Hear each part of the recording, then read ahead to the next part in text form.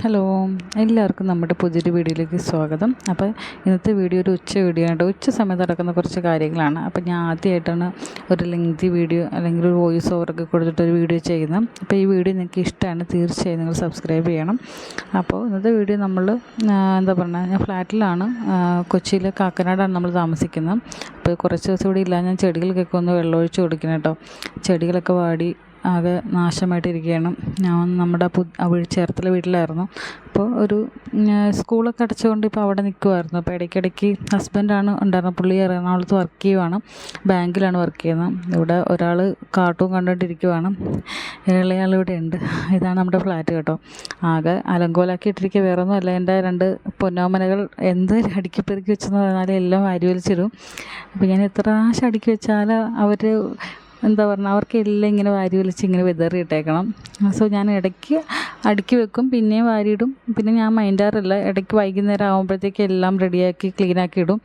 കാരണം അതിന് മുമ്പ് എത്ര പ്രാവശ്യം അടുക്കി വെച്ചാലും ഒരു രക്ഷയില്ല. കണ്ട ഭിത്തിയൊക്കെ ചുരണ്ടി വെക്കുക, അത് ഇളയാളുടെ പണിയാണ് കേട്ടോ. ഇളയാൾ ഒരു രക്ഷയില്ല, 1.5 വയസ്സാവാൻ പോകുന്നുണ്ട്. പക്ഷേ ആറ്റം ബോംബാണ്.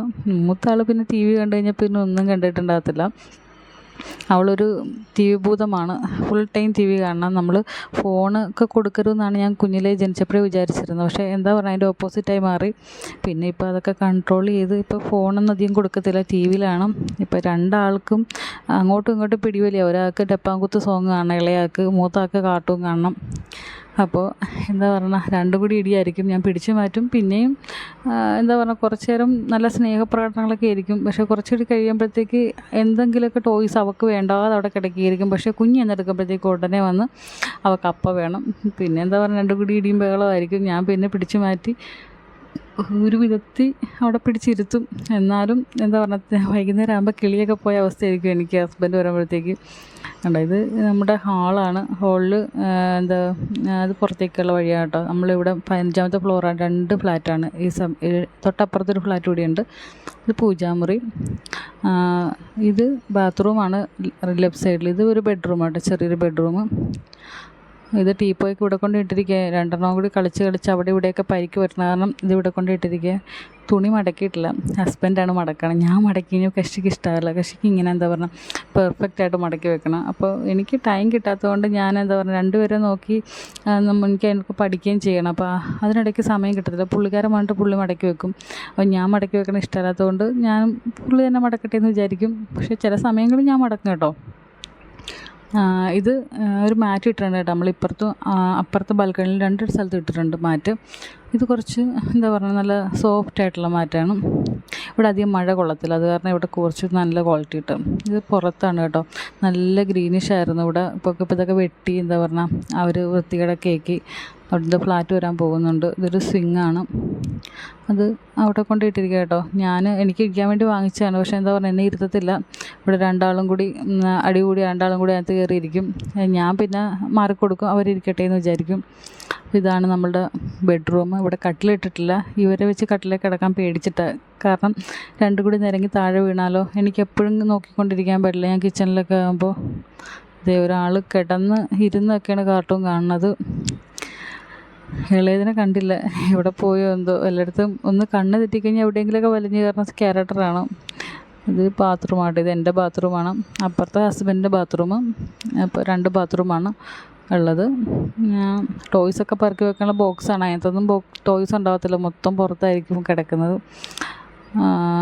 ഇതിപ്പോൾ ഞാൻ ഉച്ചയ്ക്കത്തേക്ക് കറി വെക്കാമെന്നും പറഞ്ഞു കുറച്ച് എന്താ പറയുക, സവാളയും ഉള്ളിയും തക്കാളിയൊക്കെ എടുത്ത് വെച്ചാണ്, കണ്ടല്ലേ വലിഞ്ഞു കയറുന്നത്. ഇവളെ കൊണ്ടൊരു രക്ഷയില്ല, എല്ലായിടത്തും വലിഞ്ഞു കയറും. നമ്മൾ കണ്ണ് തെറ്റാൻ പാടില്ല. ഫുൾ ടൈം ഇവളെ നോക്കിക്കൊണ്ട് തന്നെ ഇരിക്കേണ്ട അവസ്ഥയാണ്. ചില സമയത്തൊക്കെ സമ്മതിക്കത്തില്ല ഫുഡൊന്നും ഉണ്ടാക്കാനായിട്ട്. അവളെ എടുത്ത് വെച്ചിട്ടൊക്കെ കളിപ്പിച്ചിട്ടൊക്കെ ഇരിക്കണം, ഞാൻ മാറാൻ പാടില്ല. പിന്നെ എൻ്റെ കാലിൽ തൂങ്ങിക്കിടക്കും, അല്ലെങ്കിൽ ഞാൻ എടുത്ത് എളി വെച്ചിട്ടാണ് കറിയൊക്കെ ഉണ്ടാക്കുന്നത്. അങ്ങനെയാണ് ഇവിടുത്തെ അവസ്ഥ. ഇവർക്ക് 2 മാസം ഉള്ളപ്പോഴേ കൊച്ചിയിലോട്ട് ഷിഫ്റ്റാണ്. സോ അന്നേരം തൊട്ട് എന്താ പറയണ, അവളെ നോക്കണതും എല്ലാ കാര്യങ്ങളും ചെയ്യേണ്ടതാണ് ഓരോന്നൊക്കെ ചെയ്യുന്നത്. ഇടയ്ക്ക് അമ്മ വന്ന് നിൽക്കും കേട്ടോ. പിന്നെ അമ്മയച്ഛനും വന്ന് നിൽക്കും, ഞാൻ അവിടെ പോയി നിൽക്കും. ഇപ്പോൾ സ്കൂളുള്ളതുകൊണ്ട് ഇടയ്ക്ക് അമ്മ ഇങ്ങോട്ട് വന്നിട്ടിരുന്നത്. സ്കൂളിൽ ഇപ്പോൾ അടച്ച കാരണം ഞാൻ അവിടെയായിരുന്നു, നാട്ടിലായിരുന്നു. ഇടയ്ക്കിടയ്ക്ക് ഹസ്ബൻഡ് വരും അങ്ങോട്ടേക്ക്. എന്താ മത്തിക്കറി വെക്കാൻ പോവുകയാണ്. ഇന്ന് മത്തിയാണ്. ഇളയാൾക്ക് ഒരുപാട് കറി, മൂത്ത ആൾക്കാർ ഒരുപാട് കറി വേണം, ഇളയത് പിന്നെ ഒന്നും കഴിക്കത്തില്ല.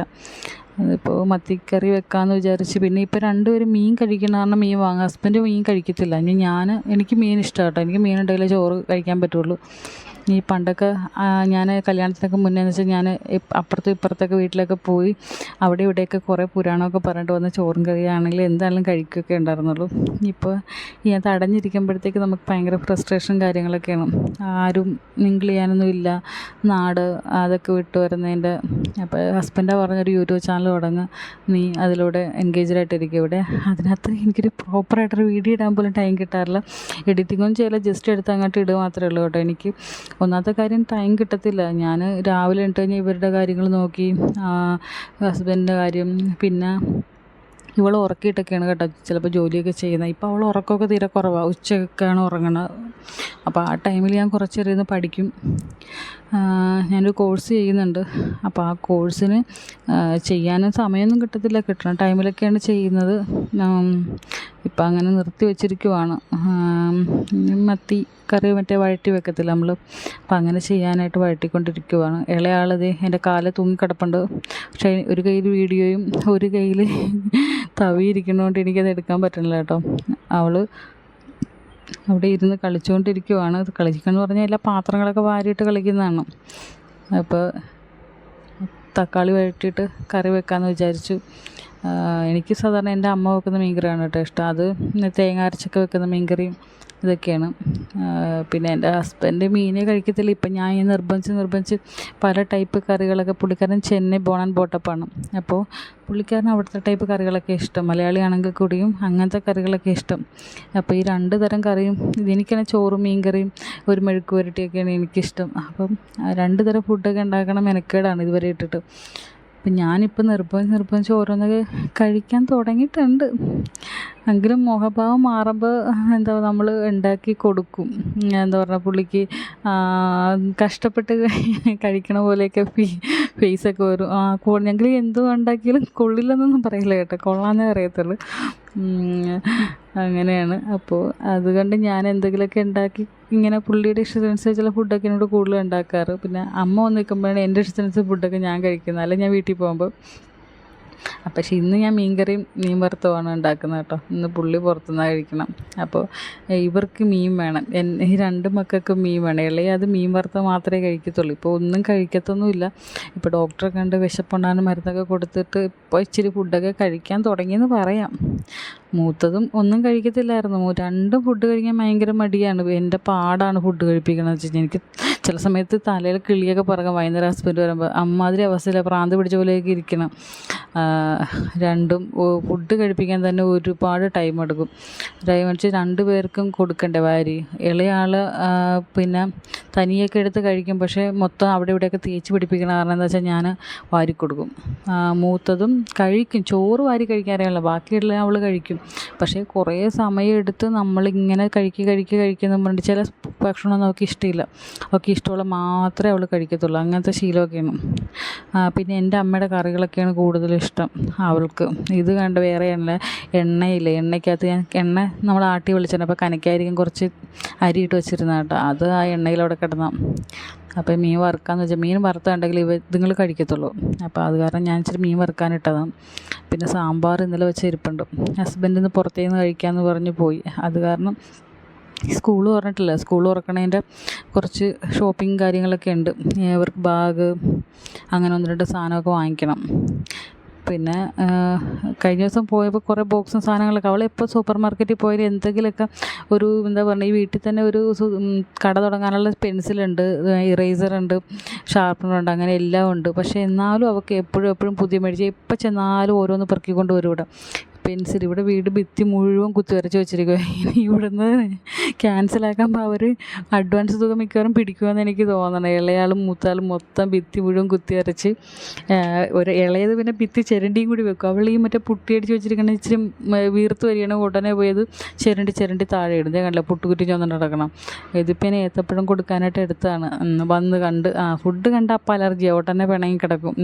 ഞാൻ കഴിക്കില്ല, എന്തോ ജന്മം ചെയ്ത വാതുറക്കൽ കൊണ്ട പോകണം. ഒരു രക്ഷയില്ല. ഇങ്ങനെ ഇരുന്ന സാധനമാണെന്നറിയാം. ഇപ്പം മെലിഞ്ഞ് ഉണങ്ങി കൊടുത്താലും കഴിക്കില്ല ഒന്നും. ഞാൻ ഈ പാല് ഭയങ്കര പാല് കൂടി, അപ്പം ഞാൻ ഇങ്ങനെ പശുവും പാൽ ഇങ്ങനെ ഡോക്ടർ കൊടുക്കാൻ പറഞ്ഞാൽ ഇപ്പം ട്രൈ ചെയ്തിട്ടുണ്ട്. ഇനി അത് കൊടുക്കണ കാരണമാണോ ഫുഡ് കഴിക്കാത്തതെന്ന് എനിക്കറിയാൻ പാടില്ല. അപ്പം ഞാനിപ്പോൾ രാവിലെ പാൽ കൊടുക്കില്ല, രാത്രി മാത്രം കിടക്കാൻ നേരത്ത് ഒരു 1/4 ഗ്ലാസ്സോളം പാൽ കൊടുക്കും. അത് ഇപ്പോൾ ആങ്ങളെ പീഡിയാഷ്യൂർ വാങ്ങിയിട്ട് വന്നിട്ടുണ്ട്. ഇവിടെ 1+ ഇയേഴ്സിൻ്റെ ഉണ്ടാകുന്ന എനിക്കറിയാൻ പറ്റില്ല.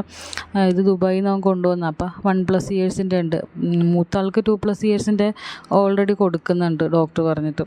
അവൾ തീരെ അണ്ടർ വെയ്റ്റിലോട്ടൊക്കെ പോയായിരുന്നു. ഇപ്പോൾ സ്കൂളിൽ പോയെന്ന് പറഞ്ഞാൽ ഫുഡൊക്കെ കഴിക്കാണ്ട്. ഇപ്പോൾ പക്ഷേ കുഴപ്പമില്ല കേട്ടോ.